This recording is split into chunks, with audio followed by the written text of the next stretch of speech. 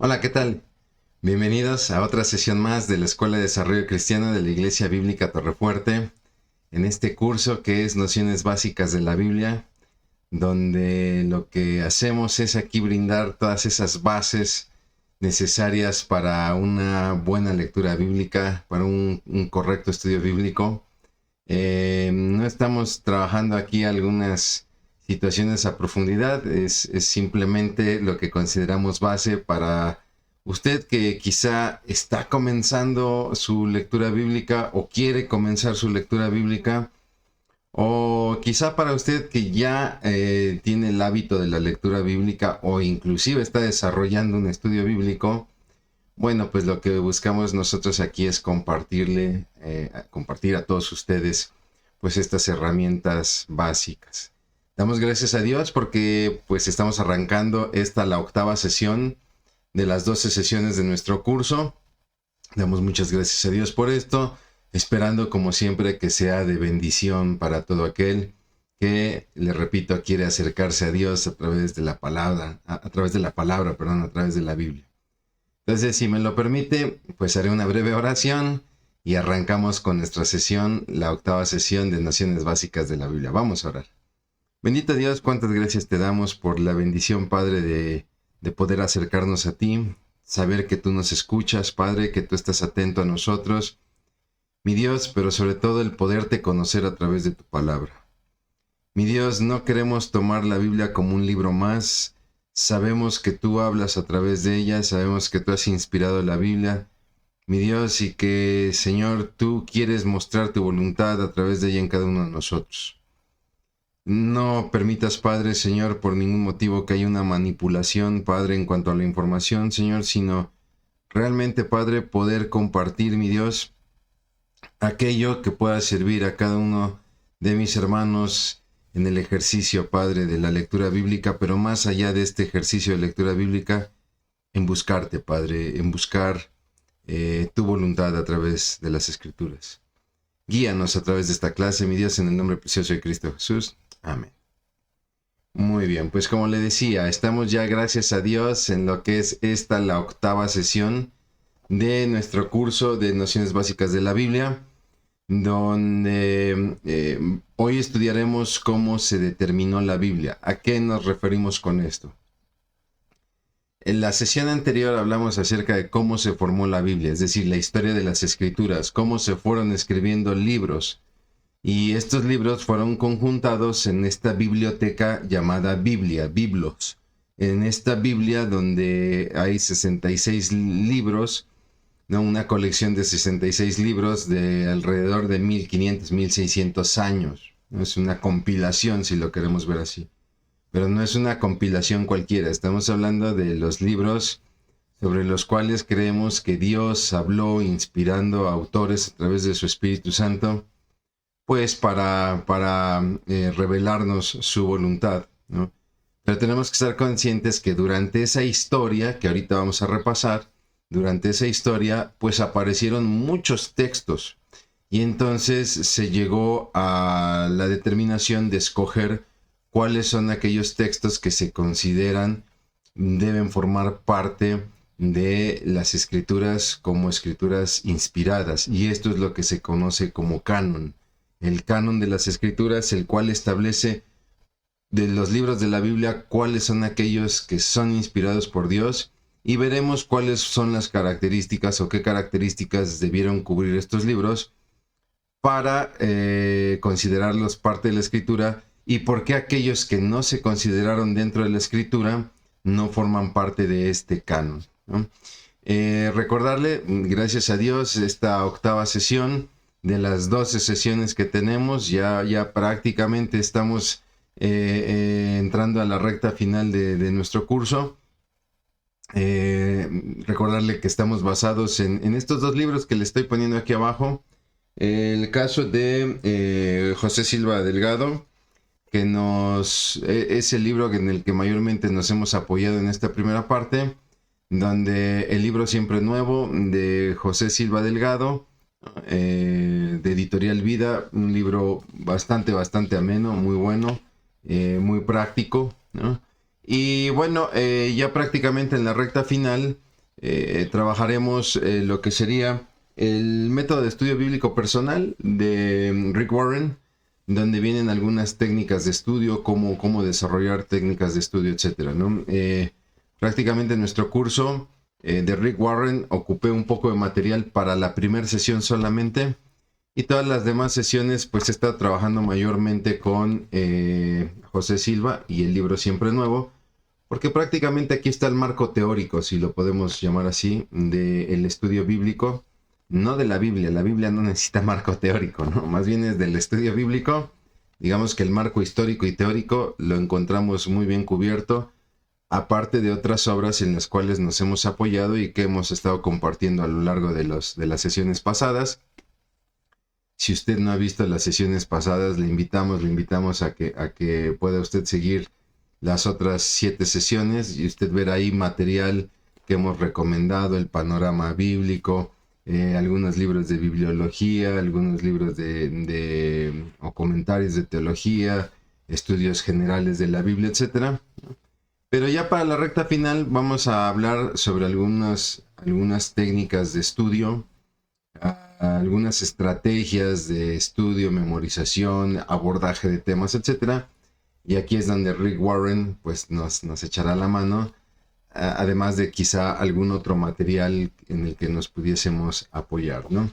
Bien, entonces, hagamos un repaso de la sesión pasada, donde hablamos de la historia de las Escrituras y estudiábamos la perspectiva precisamente de José Silva Delgado, ¿no? Que él propone 3 periodos: el periodo paleotestamentario, el periodo intertestamentario y el periodo neotestamentario, ¿no? En el periodo paleotestamentario hablábamos, es prácticamente 1500 años de desarrollo, en el cual José Silva Delgado hace una división en 6 épocas. Aquí digamos que ya grafiqué el tema que vimos la sesión pasada, y tenemos la época mosaica, la época de Josué, la época de los jueces, la época de los reyes, la época del cautiverio y la época de la restauración. Digamos que estas épocas empatan muy bien con una sesión que tuvimos acerca de la metanarrativa de la Biblia, ¿no? ¿De qué trata la Biblia? Se llamó la sesión, si no mal recuerdo, la sesión 2, donde hicimos un panorama de la historia de la Biblia y decíamos que el Antiguo Testamento prácticamente nos narra la historia del pueblo de Israel. Y usted la puede ver en estos cuadros azules que le estoy compartiendo aquí. Está el nacimiento del pueblo de Israel prácticamente en el Pentateuco, en los primeros 5 libros de la Biblia, donde en el Génesis Moisés nos narra cómo es que Dios llama a Abraham para hacer un pacto con él, hacerle una promesa, y de Abraham nacerá Isaac, su hijo, después vendrá el nieto Jacob, y de Jacob vendrán estos 12 hijos que conforman las 12 tribus de la nación de Israel, que por circunstancias llegarán a Egipto, ahí serán hechos esclavos y vendrá una liberación y vendrá entonces la conformación de Israel, ya no como un pueblo nómada, sino como una nación, ¿no? Y entonces viene un sistema, ya que son un pueblo, viene un sistema de gobierno a través de caudillos o de jueces, ¿no? Entonces prácticamente en la época de Josué nos describe cómo esta nación que ha salido de Egipto, que ha logrado su libertad, va a establecerse en una tierra y va a empezar a generar su propia economía, su propio sistema político, económico, etcétera. Y en la época de los jueces empezaremos a ver cómo es que se empiezan a levantar estos caudillos, ¿no? Donde el pueblo entrará también en una problemática espiral porque no solamente no termina la problemática, sino que se va acrecentando, ¿no? Hasta que llega el establecimiento de los reyes, ¿no? Con Saúl, primer rey de Israel, y de ahí pues los icónicos, ¿no? El rey David, el rey Salomón. Viene una división, por eso es que aquí le estoy colocando la división del reino en la época de los reyes. Llegará un punto en el que el reino se va a dividir Y entonces ya tendremos ahí dos tipos de textos: lo que sucede en el reino del norte, Israel con capital en Samaria, y lo que sucederá en el reino del sur, el reino de Judá con capital en Jerusalén, ¿no? Ambos reinos caerán. Israel caerá a manos de los asirios y será llevado cautivo, ahí en el 722 a.C., mientras que Judá resistirá el ataque asirio, pero no lo logrará con el ataque babilonio y será llevado por Nabucodonosor en cautiverio, ahí en el 586 a.C. a Babilonia. Y entonces viene lo que se conoce como la época del cautiverio, ¿no? Donde la Biblia prácticamente ya enfoca su atención en Judá, ya no tanto en Israel, se enfoca en Judá. Israel había sufrido un exilio, le repito, por parte de Asiria, y algunos de ellos regresaron y formaron nuevamente la ciudad de Samaria, ¿no? Pero Judá se encuentra cautiva en Babilonia y estará ahí por alrededor de 70 años. Y entonces los que quedaron en Samaria van a querer tomar las tierras desoladas de Jerusalén, de Judá. Y cuando regresan los judíos, ¿no? Cuando regresan de esta época del cautiverio, que es lo que se conoce como la época de la restauración, pues se van a topar con la resistencia de sus propios hermanos en Samaria, ¿no? Y por eso es que vendrá esta pugna entre judíos y samaritanos que mostraban su odio, ¿no? Y eso lo vemos, por ejemplo, en los evangelios. Entonces, en base a estas épocas que nos narran la historia del pueblo, vamos viendo cómo van apareciendo algunos libros, ¿no? Como el libro del pacto en la era mosaica, que decíamos en realidad es la segunda parte del Éxodo, todo el libro de Levítico y Números, y luego el libro de la ley que se redacta en Deuteronomio, ¿no?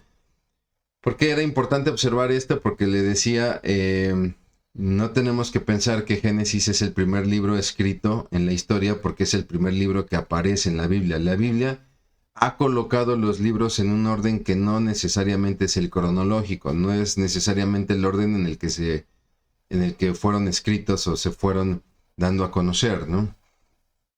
Y bueno, pues así hicimos aquí en este esquema el desarrollo de los libros que comentamos la sesión pasada, ¿no? En algunos de ellos, por ejemplo, tengo aquí Job, que lo pongo con signos de interrogación, pues es para establecer una hipótesis, ¿no? Pensando en que Job fue escrito por Moisés, pues entraría en la época mosaica, pero hay quienes afirman que Job pudo haber sido escrito inclusive por el mismo Job y que Job vivió antes de Moisés. Entonces Job sería el libro más antiguo de la Biblia, ¿no? El primero en escribirse. Y bueno, pues estoy viendo el caso también de el libro de Reyes, que si es escrito por Jeremías, por eso le pongo aquí entre paréntesis Jeremías, entre signos de interrogación, Jeremías. Si es que Jeremías escribió Reyes, entonces entraría en la época del cautiverio, ¿no? Pero si Reyes fue escrito, por ejemplo, por alguno de los cronistas del palacio, entonces quizá esté en la época de los reyes en la división del reino. No como el caso de Crónicas, que es un libro muy parecido, pero ese es escrito por Esdras y sabemos que es de la época de la restauración.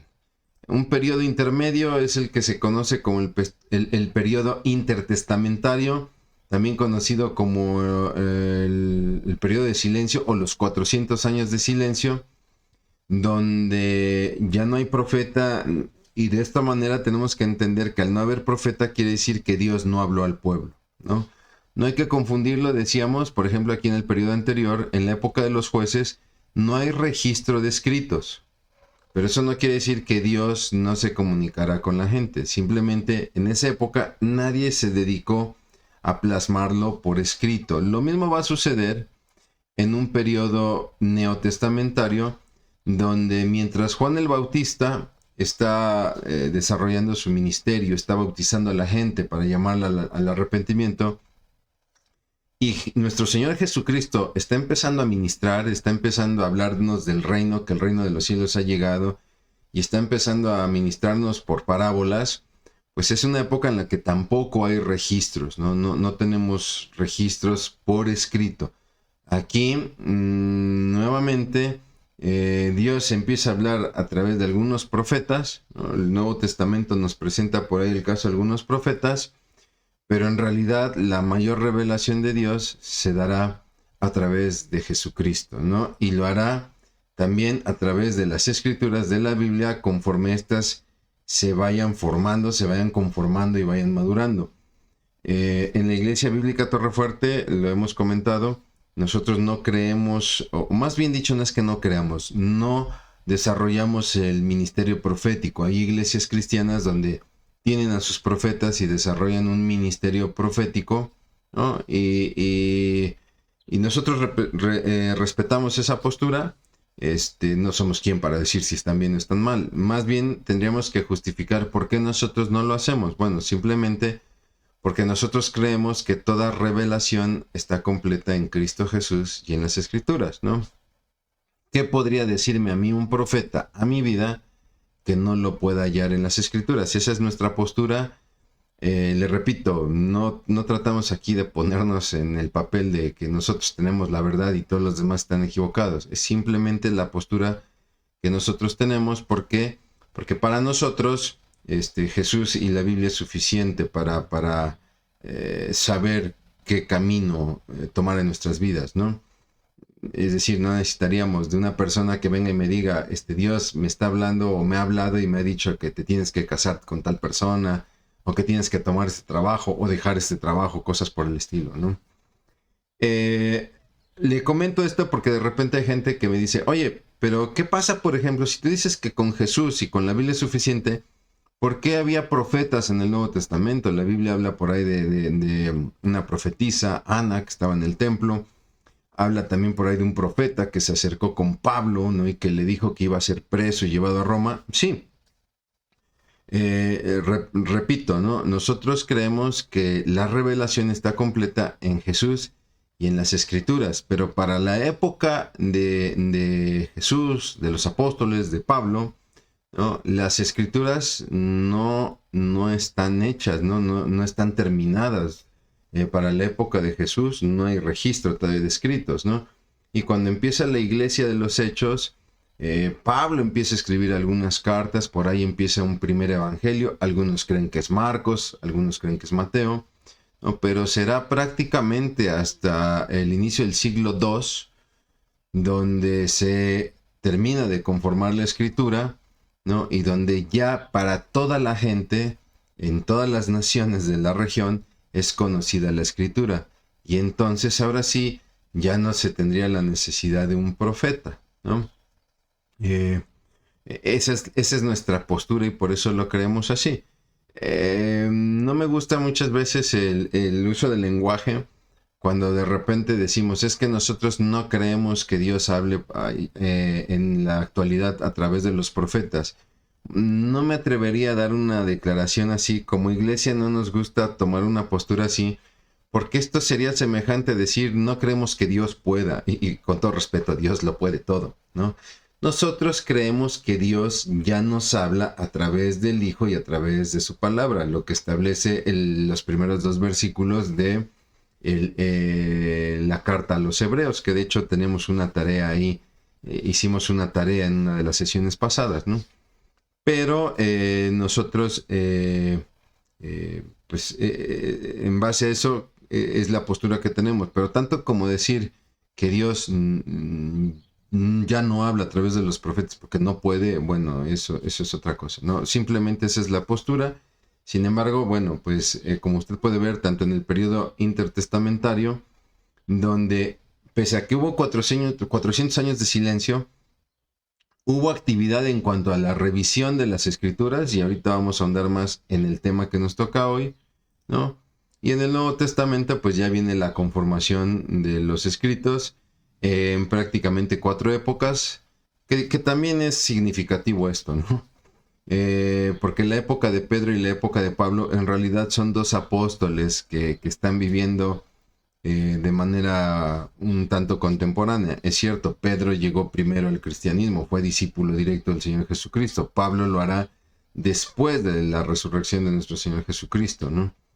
Pero el autor lo que propone es que la época de Pedro sea entre el día de la Ascensión y el Concilio de Jerusalén, ¿no? Aunque lo gracioso es que los escritos de Pedro realmente se dan en la época de Pablo, que va del Concilio de Jerusalén hasta su muerte en Roma, ¿no? Y bueno, viene la época de Juan, que sería a partir de la muerte de Pablo hasta la muerte de Juan, ¿no? Por ahí del 64, del año 64 al año 100. Pero en realidad la clasificación, y el mismo autor está consciente, la clasificación es simbólica porque la verdad es que estamos hablando de 3 personajes que fueron contemporáneos, ¿no?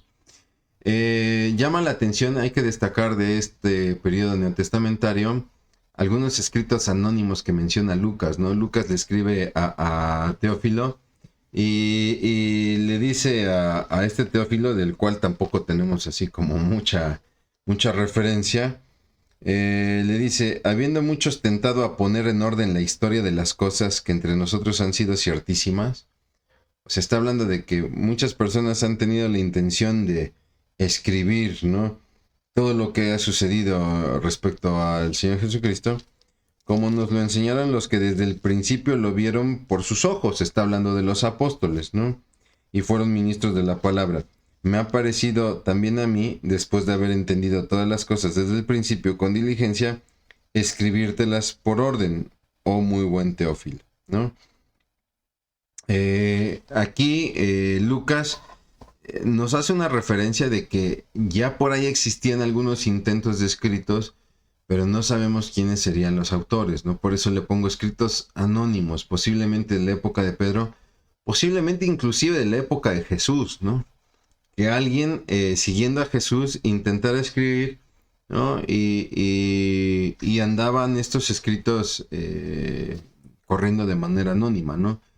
Pero serán ya a partir de los escritos de Lucas, de los escritos de Mateo, de Juan, de Pedro, de Pablo, que ya esto empieza a tomar forma, ¿no? Y nuevamente, igual, ponemos entre paréntesis, o más bien dicho, entre signos de interrogación, a aquellos que se duda todavía de su fecha, ¿no? Por ejemplo, Marcos, a Marcos lo podemos ubicar, o podría ser ubicado en la época de Pablo, aunque también se dice que Marcos pudo haber sido el primer evangelio escrito por encargo de Pedro, y entonces sería un evangelio escrito antes del concilio de Jerusalén, inclusive, ¿no? Lo mismo pasa con la carta a los Gálatas. Hay quienes dicen que la primera carta escrita por Pablo fue a la que se dirigió a la iglesia de Tesalónica, es decir, primera y segunda de Tesalonicenses, pero hay otros que establecen que Gálatas pudo haber sido la primera carta escrita, ¿no? Y bueno, pues obviamente esto nos lleva a entrar de lleno a nuestro tema, que es el canon. El canon, que es prácticamente el proceso que determinó qué escritos sí entraban dentro de la escritura como escritura inspirada y qué escritos eran separados, no desechados, porque algunos dicen desechados. No, porque no son libros que haya que evitar, ¿no? O que haya que desaparecer. Y lo vamos a ver más adelante. Bueno, canon es una palabra griega que significa vara, y es una vara que se utilizaba para medir, ¿no? Y la gente empezó a utilizar esta palabra canon, esta palabra vara, para referirse a todo aquello que entraba dentro de una medida correcta, ¿no? Entonces, el canon se empieza a establecer como aquellos libros que entran dentro de la medida correcta de la escritura, ¿no? El primero que va a ser este concepto va a ser Atanasio, que él va a presentar su catálogo de libros aceptados, ¿no? ¿Por qué un canon? Bueno, primero porque es un mandamiento divino, ¿no? Dios constantemente mandaba a los hagiógrafos y a los líderes a conservar las escrituras. Le comparto aquí algunas de las citas bíblicas donde usted puede encontrar estas instrucciones, donde Dios constantemente le está diciendo a los escritores: guarda estas palabras, ¿no? Cuando dice guarda estas palabras, no está diciendo que guarde el secreto, sino registra estas palabras, no ponlas por escrito. Y bueno, usted puede con calma revisar cada una de estas citas bíblicas, Deuteronomio 10, 4, Deuteronomio capítulo 10, verso 4, todo el capítulo 5, el capítulo 17, verso 18, el capítulo 31, verso 26. Está también el profeta Isaías, capítulo 30, verso 8. En este caso tengo a Josué, si no me equivoco, que es capítulo 24, verso 26. Es Josué, estoy seguro. Viene primero de Samuel, capítulo 10, verso 25, y la carta a los Romanos, capítulo 3, verso 2. Son estos ejemplos donde usted puede ver que, bueno, era un mandato de Dios que se preservaran los libros sobre los cuales Dios había hablado, había revelado su voluntad. También la otra causa es que la Biblia ha sufrido persecución y ha habido destrucción de obras, ¿no? El caso del rey Joacim, que mandó a destruir, por ejemplo, las profecías de Jeremías, y que, bueno, afortunadamente fueron preservadas, ¿no? Está también este personaje muy terrible para la historia de la iglesia, que es Antíoco Epífanes, ¿no? Un hombre de preferencia sirio-griega, que precisamente va a actuar en esos 400 años de silencio cuando Grecia invade a Persia. Y entonces este Antíoco Epífanes va a desatar una persecución sangrienta contra los judíos y va a mandar a quemar las escrituras de los judíos, va a profanar el templo, ¿no? Él va a entrar al templo y ahí va a sacrificar animales que para los judíos eran inmundos, ¿no? Como por ejemplo el cerdo. Va a sacrificar un cerdo en el altar y él se va a sentar en el trono, en el lugar santísimo, va a poner ahí su trono y se va a autonombrar Dios, ¿no? Y Diocleciano, de las tantas persecuciones por parte del Imperio Romano, destaca la de Diocleciano. Hay muchas persecuciones, son muchas. Marco Aurelio también hizo una, de Ezio ni se diga. Pero la de Diocleciano destaca porque una característica de Diocleciano, de su persecución, va a ser la quema de las escrituras, ¿no? Entonces, ante esta destrucción de las obras, se vuelve necesario también establecer un canon que las proteja, ¿no? Y bueno, por la proliferación de libros apócrifos. Ahorita hablaremos un poquito de esto, del concepto de los libros apócrifos, ¿no? Donde, por ponerle este ejemplo, ¿no? De acuerdo a las escrituras judías, los judíos reconocen 24 libros, mientras que nosotros reconocemos 66 libros. La Iglesia Católica, por ejemplo, reconoce 73 libros. Hay otros libros más que la Iglesia Católica reconoce. Por eso se habla de que las Biblias son diferentes, ¿no? Es que la Biblia Católica tiene más libros, la Biblia Protestante tiene menos libros. El problema aquí es que empiezan a surgir estas leyendas urbanas, ¿no? Donde no, es que los protestantes le quitan libros porque ahí está la verdad, donde se les puede contraargumentar y caería el protestantismo, ¿no? Y los protestantes hacen lo propio, ¿no? O hacemos lo propio. No, es que los católicos aumentan más libros donde se dicen herejías para que ahí puedan justificar sus herejías, etcétera, ¿no? Yo lo que siempre aconsejo es, pues, lea usted las dos versiones, ¿no? Nosotros, como protestantes, creemos que son 66 libros porque son aquellos donde Dios habla. Pero los otros libros, pues, tienen un valor histórico, entonces no le hace daño a nadie leerlos. Nosotros confiamos en que los 66 libros de la Biblia inspirados tocarán su corazón y hablarán a su vida, ¿no? Y no hay desperdicio en leer los otros libros. Créame que no hay desperdicio. Mi primer Biblia, cuando yo empecé a acercarme a Dios, mi primer Biblia que yo leí fue una Biblia católica, una Torre Samat de la Vulgata Latina, y yo me aventé los 73 libros y uno de los libros que en realidad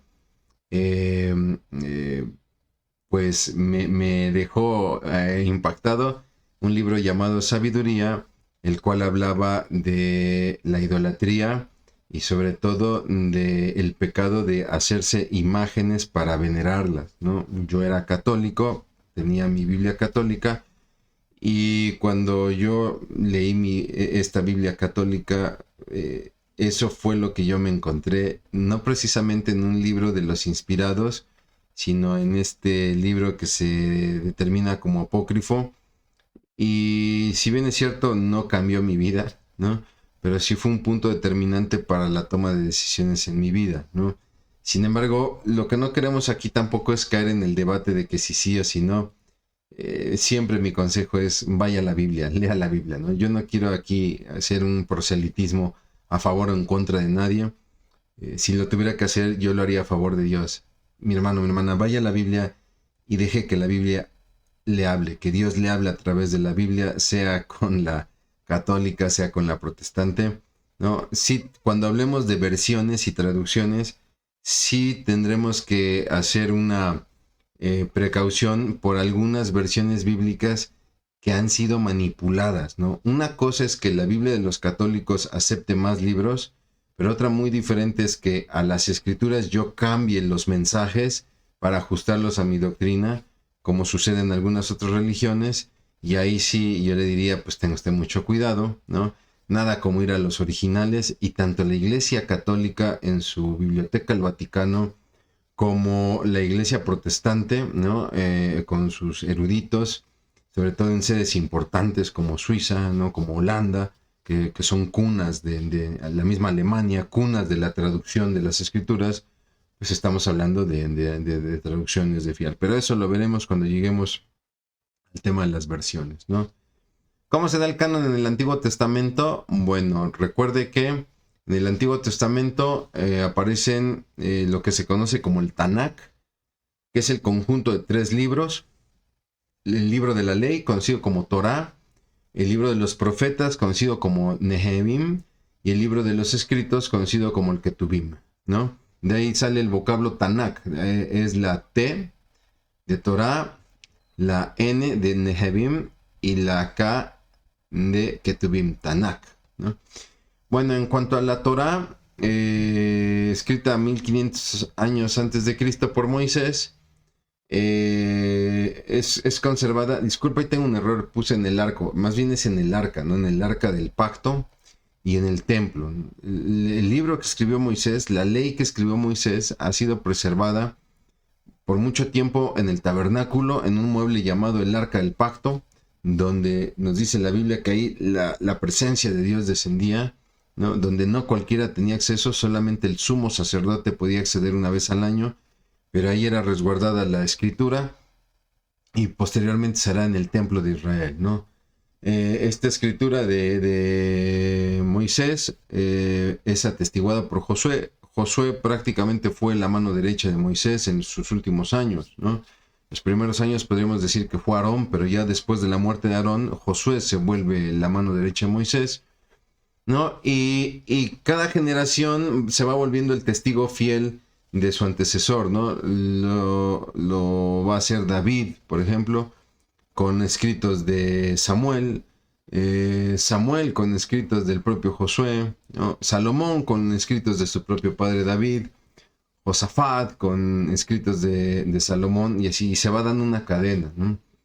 En el caso de los profetas del Nehemim, jueces, por ejemplo, el libro de jueces en la Biblia refiere escritos de Josué, de Ruth, ¿no? Y Crónicas, Esdras y Nehemías refieren la historia, por ejemplo, de Génesis, desde Génesis hasta Reyes. Es decir, libros que se escribieron posteriormente en la Biblia, ¿no? Siguen, se me fue la palabra, siguen respaldando, ¿no? Siguen respaldando los primeros escritos. ¿Por qué digo esto? Porque de repente en el siglo XIX se empezó a manejar esto del proceso de desmitologización de la Biblia. La Biblia es un mito y vamos a quitar el mito. No vamos a desechar la Biblia, ¿no? Pero tenemos que hacer conciencia que es un mito y entonces hay que quitar los mitos. Por ejemplo, los milagros, ¿no? Hay que quitar los milagros y entenderlos más bien en un contexto histórico, ¿no? Pero bueno, si nosotros hacemos eso, prácticamente lo que estamos haciendo es negar la fe, ¿no? Si yo quito los milagros, tendría que quitar el hecho de que Jesús resucitó y entonces pues vano es el cristianismo si Jesús no resucitó, ¿no? Entonces, en este proceso de desmitologización, sobre todo producido por la alta crítica, ¿no? Ellos plantean que muchas de las historias que se cuentan, como el diluvio, como la destrucción de Sodoma y Gomorra, ¿no? Como el paso por el Mar Rojo que se partió en dos, que se abrió en dos, etcétera. En realidad fueron distintas las circunstancias de cómo fueron narradas, ¿no? Pasó de manera diferente y entonces hay que tratar de ver, bueno, no es que hayan pasado porque las aguas, perdón, se abrieron del mar, ¿no? Sino que descendió el nivel del mar y entonces pudieron pasar con marea baja y cosas por el estilo, ¿no?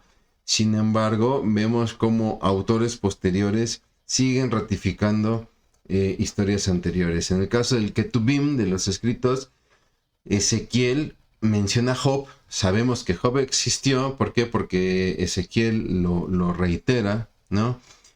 Samuel, por ejemplo, menciona o habla del Salmo 18. Jonás hace referencia del Salmo 42:7. Y Primera de Reyes, pues hace referencia a los escritos de Salomón, ¿no? Es así que Esdras, junto con la gran sinagoga que tendrá mucha actividad en los 400 años de silencio, harán una revisión de las escrituras. Después vendrá el canon, ¿no? Que va a establecer este conjunto de 70 ancianos, de 70 eruditos, y va a establecer un canon que es prácticamente el que nosotros tenemos para el Antiguo Testamento, ¿no? El canon de la Septuaginta, con sus 39 libros, en el orden como prácticamente hoy en día lo tenemos en nuestras Biblias, ¿no?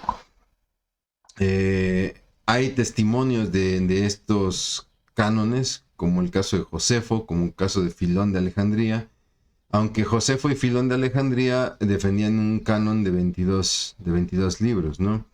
En el 170 después de Cristo aparece el catálogo de Melitón, ¿no? Que es un canon también del Antiguo Testamento, y está el canon hebreo de la Mishnah, ¿no? Ahí por el siglo V, ya prácticamente cuando a pocos años de que aparezca el Islam, ¿no? Y el canon de la Mishnah reconoce 24 libros. Digamos que estamos hablando aquí de los distintos cánones que existieron para el Antiguo Testamento. Prácticamente el que va a prevalecer es este de acá, el de la versión de los 70 se llama, ¿no? O Septuaginta, porque dice la leyenda, fueron 70 sabios los que revisaron las escrituras, las tradujeron del hebreo al griego, que son las escrituras que ocuparon los apóstoles en tiempos de Jesús para ministrar, ¿no? Y que después se tomará en el medievo como referencia para administración, ¿no? Por eso es que prácticamente seguimos la estructura de la Septuaginta. El canon del Nuevo Testamento, bueno, pues vendrá una selección de hechos y dichos de Jesús, que es lo que leíamos hace un momento de Lucas, ¿no? Dice que muchos se dieron a la tarea de escribir las cosas en orden, ¿no? Y entonces él hace lo propio, aunque dice, pues muchos lo han intentado, digamos, de una manera anónima, etcétera. No, a ver, yo voy a tratar de dar fe de esto, ¿no? Lucas, para entender un poco quién es Lucas, Lucas es un médico, es un hombre letrado, es discípulo de Pablo, pero también es un historiador y es uno de los grandes historiadores, ¿no? De la antigüedad. Es comparado con Herodoto, ¿no? Con el mismo Josefo, con Flavio. Es de estos íconos de la historia y es un historiador serio. De hecho, en lo personal, yo podría decir que es superior a Herodoto, porque Herodoto, sí es cierto, te cuenta la historia de Grecia, pero sigue metiendo mucha mitología griega, ¿no? Entonces, muchas de las explicaciones de los sucesos del Herodoto lo hará bajo argumentos místicos. Lucas en ese sentido es más serio. Lucas es un académico. Lucas va a investigar, ¿no? A ver, sí, dicen que la gente dice que sucedió este milagro, pero no, yo me voy a salir a preguntar, me voy a salir a investigar. No solamente qué dice la gente que creía, ¿no? Los creyentes, sino también los opositores, ¿no? Entonces el valor del testimonio de Lucas está en que muchas de las cosas que se narran son ciertas porque también los opositores lo confirmaron. Sí es cierto, había un hombre llamado Jesús, pues era un criminal, ¿no? Pero sí es cierto, sanaba gente, ¿no? Y eso le da un lugar muy especial al testimonio de Lucas, ¿no? Luego los apóstoles van a ordenar a las iglesias que se lean las cartas que van escribiendo, tanto ellos mismos como otros apóstoles, ¿no? Y por lo mismo citan a otros apóstoles. Creo que el caso más conocido es el de Pedro, que habla de las cartas de Pablo y las pone al nivel de las escrituras, ¿no? De las escrituras de los mismos apóstoles que fueron discípulos directos del Señor Jesucristo. En el siglo II, la época de la patrística o de los primeros padres, que son estos discípulos de los discípulos, ¿no? Tenemos el caso de Policarpo, de Justino Mártir, de Ireneo, Clemente de Alejandría. Por ejemplo, Policarpo y el caso de Ireneo son discípulos directos del apóstol Juan. Clemente de Alejandría, bueno, debe ser un error, porque debe ser Clemente de Roma. Clemente de Roma es discípulo directo de Pablo. Disculpe, debe ser un error. Debe ser Clemente de Roma. Son discípulos de los discípulos. Clemente de Alejandría es un personaje que vendrá después, junto con Orígenes, ¿no? De hecho, aquí abajito tenemos el canon de Orígenes. De esta época también es... De hecho, Clemente de Alejandría es el maestro de Orígenes. Le ofrezco una disculpa. Aquí debe ser Clemente de Roma, ¿no? Pero bueno, todos ellos que fueron discípulos directos de los discípulos del Señor Jesucristo, estos discípulos del Señor Jesucristo que ya habían escrito, pues estos padres, estos primeros padres, dan fe de los escritos de sus maestros, ¿no? Que escucharon del maestro, ¿no? Aparece entonces el fragmento muratoriano, que ahí por el año 170 después de Cristo, y aparece un personaje importante que es Marción, ¿no? Un hombre que hablaba de que en realidad la Biblia presentaba dos dioses, el Dios del Antiguo Testamento y el Dios del Nuevo Testamento. Y en realidad el Dios del Antiguo Testamento era un Dios malo, era una especie de demiurgo, ¿no? Era una especie como de un Dios secundario poderoso, el cual había hecho estragos en la tierra, y entonces el Dios bueno, conocido como el Padre de Jesús, envía a su Hijo Jesucristo para derrotar al Dios malo, al demiurgo Jehová, ¿no? Cuando nosotros sabemos que en realidad el Dios de la Biblia es el mismo. Jehová es el Dios del Antiguo Testamento, es el mismo del Nuevo Testamento. Jehová es el Padre de Jesús, ¿no? Donde es cierto, cuando uno lee el Antiguo Testamento, sí, le pareciera que Dios da la impresión de que es más estricto. ¿Por qué? Porque Dios está relacionando con su pueblo a través de la ley, ¿no? Sin embargo, también vemos mucha misericordia y mucha gracia de parte de Dios, ¿no? Claro que las cosas cambian cuando Dios manda a su Hijo. No desecha la ley, pero manda a su Hijo para que su Hijo cumpla la ley por todos nosotros. Entonces, obviamente, el acceso con el Padre se abre, se vuelve directo, ¿no? Y entonces, pues da la impresión de que Dios es más amoroso en el Nuevo Testamento, pero la realidad es que Dios es amoroso durante toda la Biblia, ¿no? Y aquí viene la polémica. No, hermano, es que en el Antiguo Testamento Dios manda matar a niños, mujeres, etcétera, ¿no? Pero cuando nosotros vemos el contexto de la orden, ¿no? El contexto de la orden es para una nación que va a ocupar otras naciones y que si no extermina a las otras naciones va a terminar heredando sus mismos vicios, y es lo que en realidad sucedió en la historia, ¿no?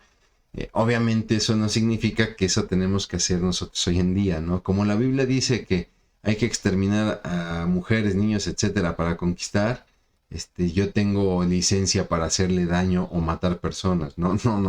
No descontextualicemos la Biblia, no descontextualicemos, perdón, cuál es el mensaje para un destinatario particular como el pueblo de Israel en una situación particular como es la ocupación de la tierra prometida, y lo hagamos una generalidad para cualquier área de nuestra vida, ¿no? Entonces, si yo quiero un ascenso en el trabajo, pues tengo que matar a mi jefe, ¿no? No, ese es otro contexto, no es como funciona la Biblia, la importancia de estudiar bien la Biblia. y es el problema de Marción, ¿no? Marción interpreta dos dioses y entonces interpreta mal, el plan de la Biblia, donde ahora resulta que Jesús junto con su padre tienen que vencer a un Jehová malo. Por eso es que Marción no reconoce el Antiguo Testamento, no reconoce ninguno de los evangelios más que el de Lucas, porque para Marción los judíos son malos. ¿Por qué? Porque son creación del demiurgo Jehová. Entonces, de los 4 evangelistas, Mateo, Marcos, Juan, pues son personas de origen judío. Lucas es un gentil, es un griego, ¿no? No es judío, es un extranjero, es un griego, y por eso es que acepta ese evangelio y solamente toma 10 epístolas de Pablo. Y para Marción, la Biblia solamente son estos 11 libros, el evangelio de Lucas y 10 epístolas de Pablo, ¿no? Obviamente vendrá la respuesta donde Orígenes va a reconocer los 27 libros de la Biblia que nosotros usamos actualmente. El segundo, en el siglo II, siglo II, el códice que es Baracocchio, contiene el primer canon de toda la iglesia, ¿no?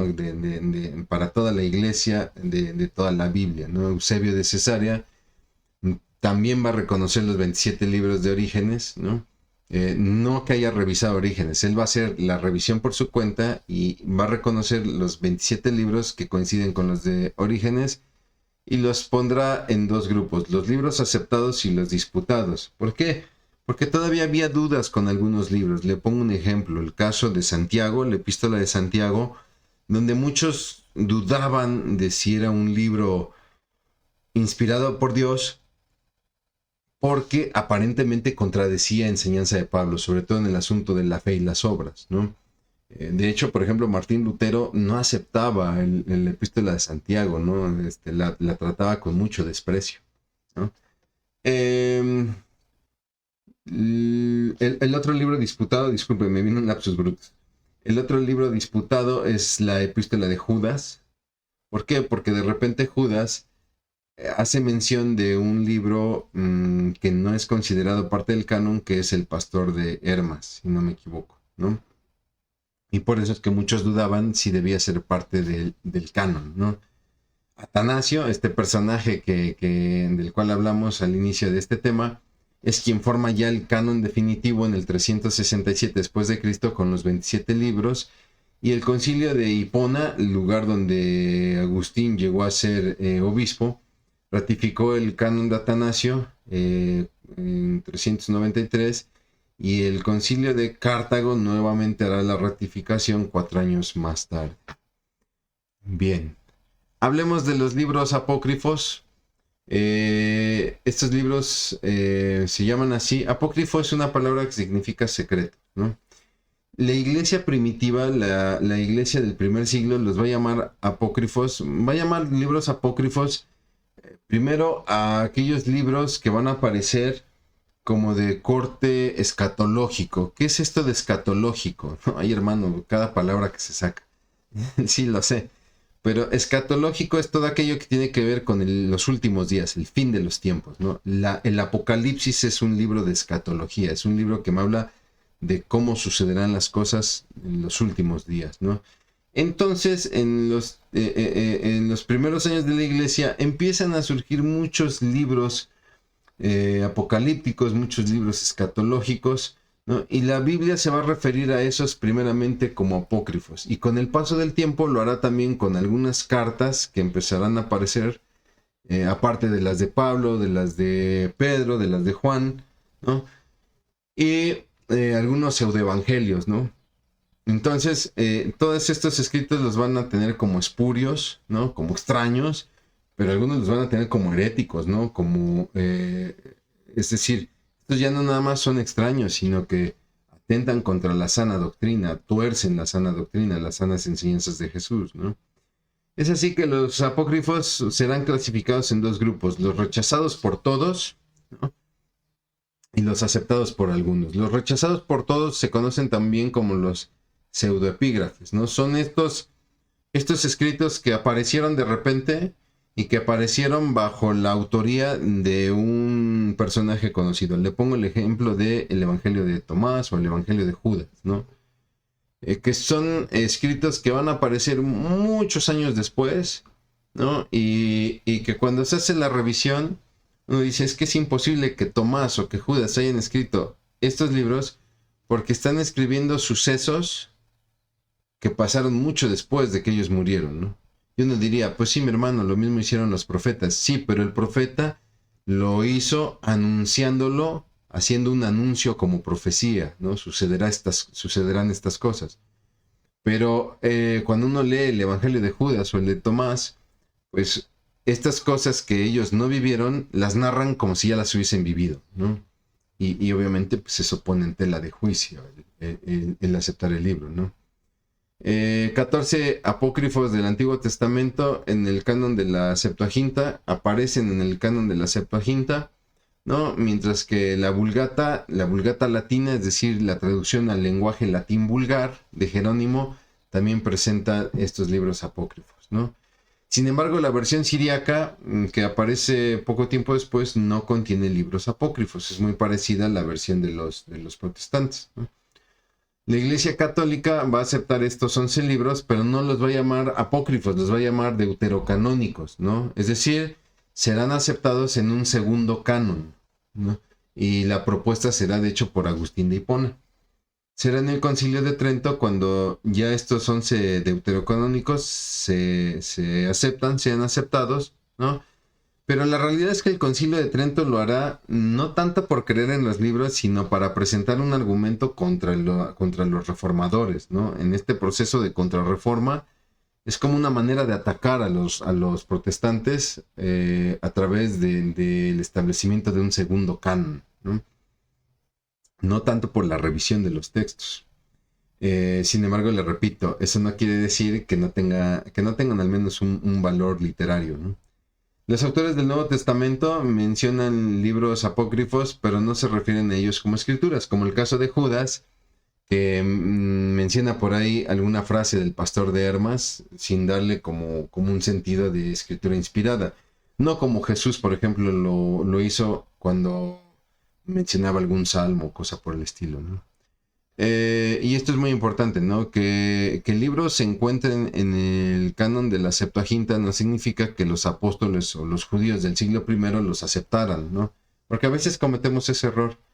Como los apóstoles usaban la traducción de la Septuaginta para ministrar, entonces pues aceptaban todo lo que la Septuaginta establecía.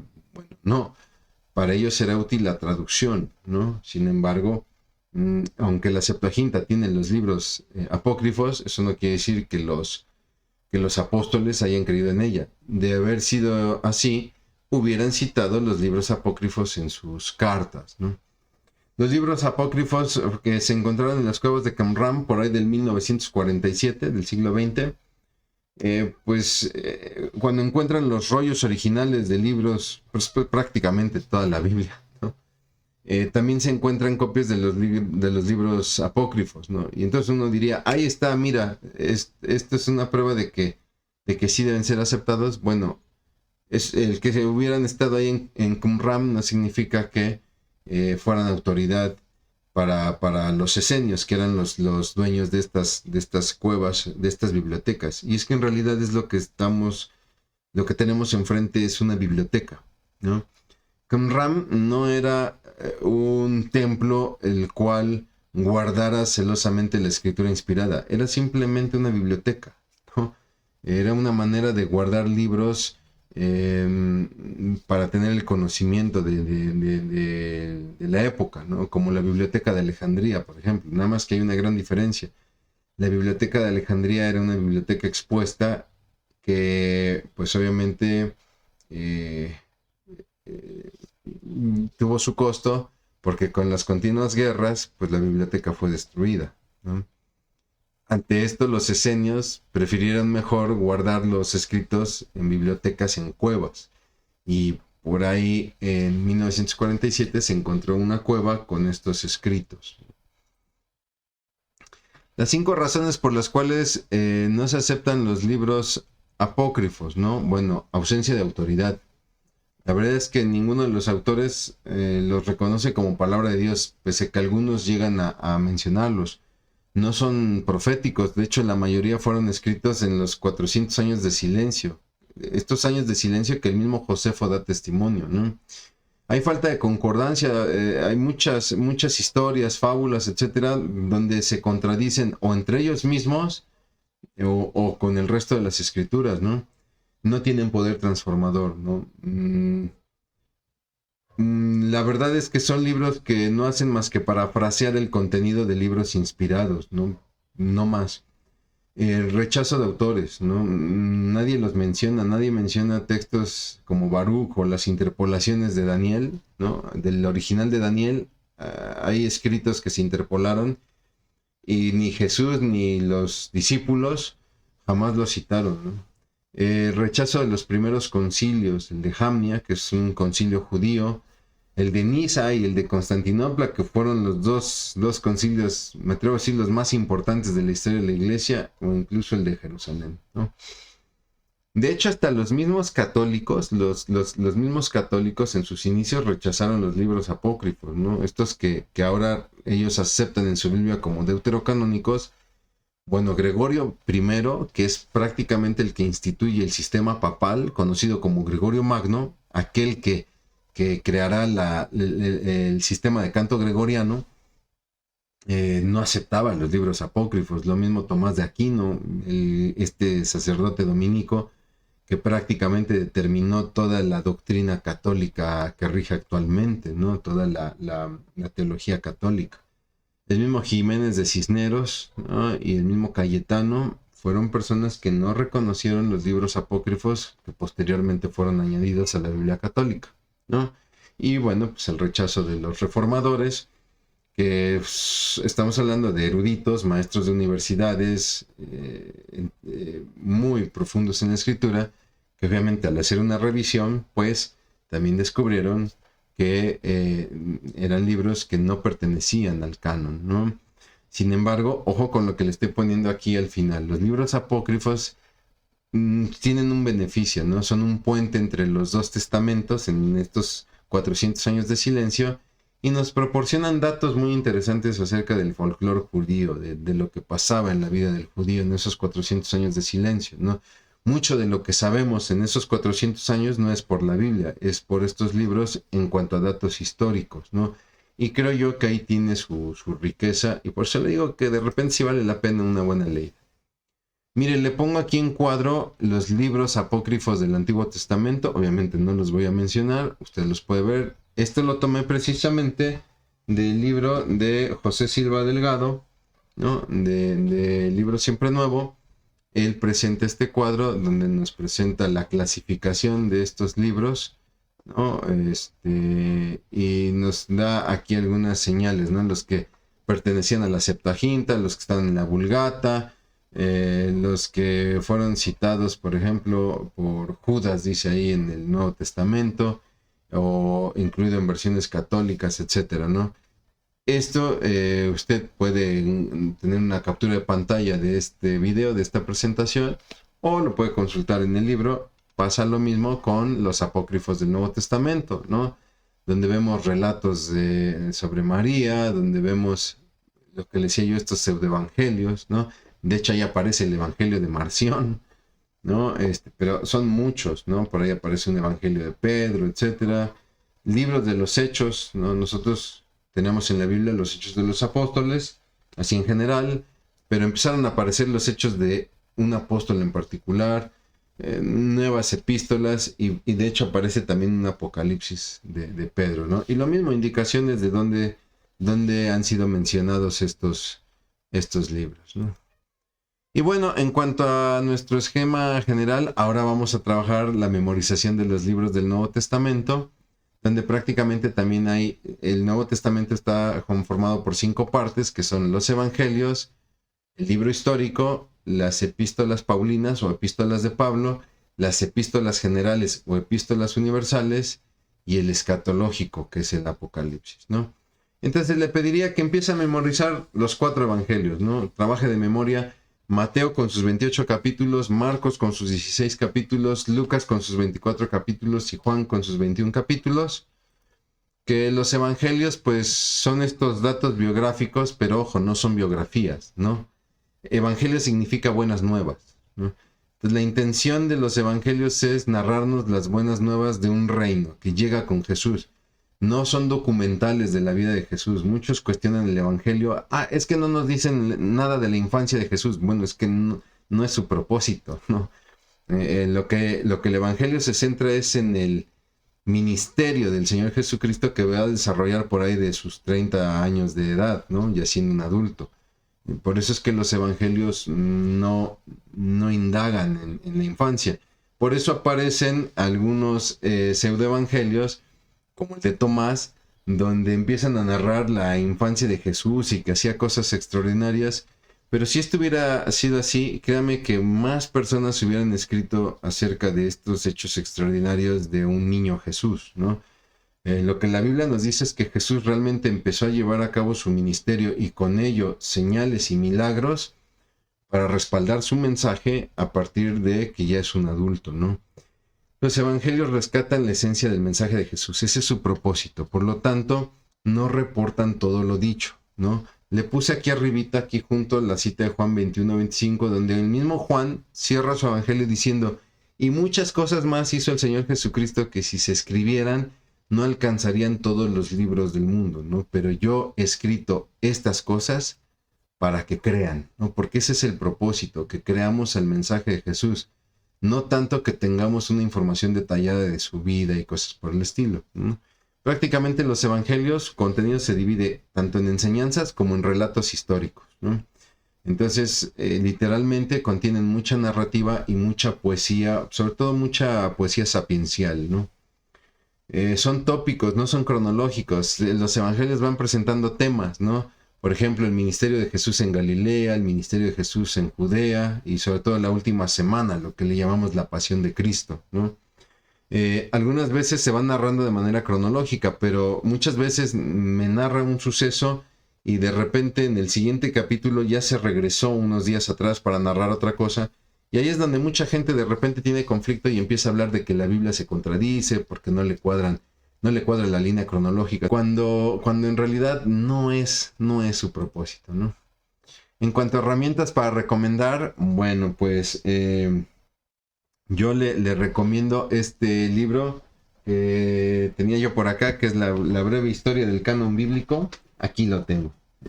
Un libro pequeñito, pero muy bueno, muy bueno, muy profundo. La verdad es que Báez Camargo es una autoridad en cuanto a historia de las escrituras y aquí narra ya de manera profunda y detallada la historia de cómo se fue conformando el canon, ¿no? Es un libro delgadito.